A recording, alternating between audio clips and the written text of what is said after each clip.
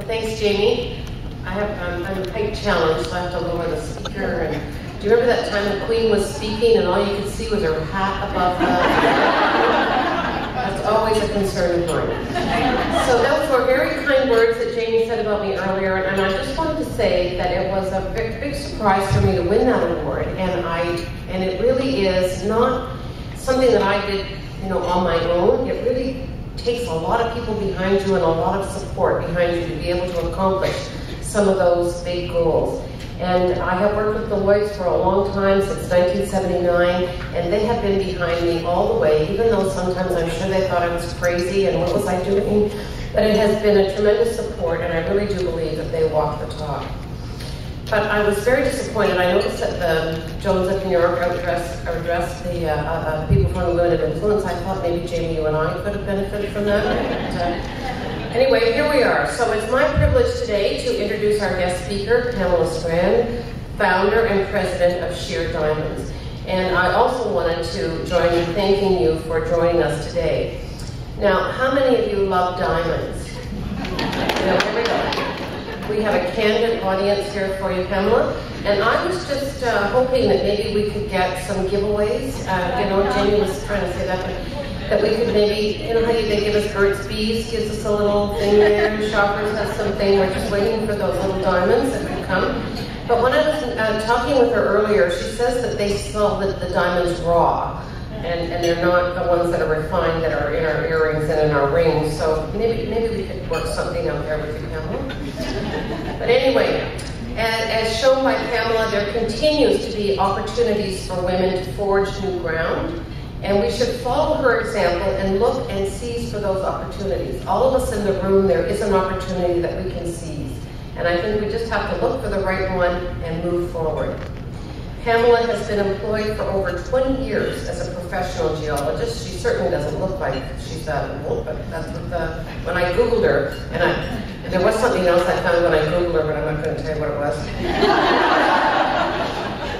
I told her, and she's going to go on and get it removed. Anyway, she's been a professional geologist in the exploration and mining industry after receiving a Bachelor of Science in Geology and a Master's of Science in Economic Geology. And currently, she is building a diamond empire dedicated to Northern Canada diamond exploration. And while I was talking to her, and I have heard this as well when I go to buy my many diamonds, and I make sure that they are Canadian diamonds, that Canada really has a footprint in the diamond industry in Canada. So make sure when you go to buy your diamonds, not only do you ask if they are Canadian, but that you ask if they're produced by Pamela.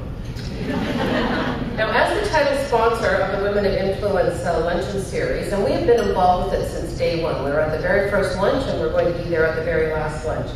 And Deloitte wants to assure that accomplished and influential women have the opportunities to share their success stories and the lessons that have helped them make it to the top.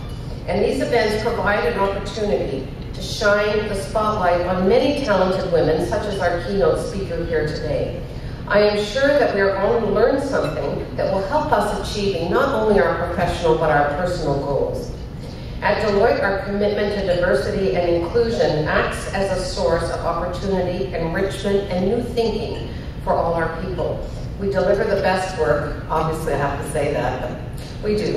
And the best work is probably delivered by the women of the firm. Don't you agree? Yeah, there we go. Although I'm sitting next to John here, but he did agree. He likes to have women working with him. And we're more likely to be innovative when our teams or the we being Deloitte is more likely to be innovative when our teams are made up of people with different perspectives, knowledges, and experiences. And when these people feel free to offer those ideas. And I think that's an atmosphere that we're trying to work very hard to create at Deloitte, and I think that that's the environment that we have here today. So supporting professional women and helping them grow is part of our commitment to diversity. And across Canada, Deloitte has established the Canadian Women's Initiative Network, or CanWin. Everybody likes to have short forms, don't you just love that? CanWin. Sometimes I have to ask what that stands for. I'm not a very good person on short forms. But here in Edmonton, we have an amazing can-win our group of women working together to provide opportunities for other women to network. That seems to be, in a Catalyst study, it was the biggest reason that women didn't make it to the top, or that they didn't feel they could make it to the top, because they didn't have the networks that the men had. And so it's events like this that we're here at today that we can expand our networks, and that this can-win at Deloitte offers in order to expand networks. And I also understand that there are many more networks that are starting up in the Edmonton area that we all should take advantage of in order to expand our relationships and to move forward. So there are, the can-win in Edmonton does have some monthly activities, so just a little plug here. If you want to get into one of those activities, develop more relationships, the women at Deloitte are all running around with their little name bags, just give them your card and we'll make sure you get invited.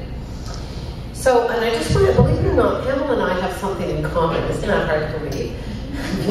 She's so smart. But she has been described as the outdoorsy type. She's an avid cold water scuba diver. I just can't imagine doing that. I have a hard time even getting into the bathtub sometimes. She fly fishes and cross-country skis. So there we go, but that is not what we have in common, although I have attempted fly fishing at one time. But I used to spend my summer vacations in the Yukon, in the Northwest Territories, in Alaska, and even over in Baffin Island. And I even dipped my toe in the Arctic Ocean. So Pamela, if you're ever looking for someone that has northern experience, here I am. But it has to be a job in the summer. So when I was looking into Pamela's background, I came across some interesting comments that she had made. For example, she is dedicated to providing training and opportunity to potential employees in the North, and operates her companies on a benefit agreement. And I think that really says something about her way that she works and the commitment that she has made to her company. Committed to spreading her expertise, Pamela is also the director of the Alberta Chamber of Resources and vice president for Nunavut with the Northwest Territories and the Nunavut Chamber of Mines. Have anybody here been to Nunavut? Oh my God, Pamela, it's just you and I. Okay, when I was up in Nunavut, they actually had a greenhouse. Did you see that greenhouse? They were trying to grow their vegetables because they had such a long period of darkness, and so they were trying to create this greenhouse, and it was so cold to grow their vegetables. And let me tell you, the flowers there are just amazing, but I don't think that worked all that well. But anyway, it worked well in the summertime. So I'd like you to please join me in welcoming Pamela today as we listen to her describe her success journey to set the diamond standards for the mining industry. Pamela.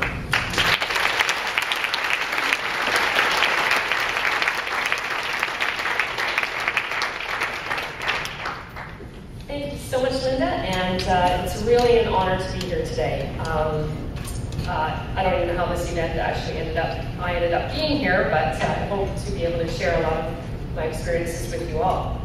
And I believe that this room is full of a bunch of influential women. And I looked up what influence means. It means the power to affect. And I think that largely people don't realize how they do influence other people. And I'm sure a lot of people that have influenced me aren't even aware of that. So I've been on quite a path to get where I am today. And I certainly know that no journey is ever over. And I've listened to a number, excuse me, of the other Women of Influence speeches online.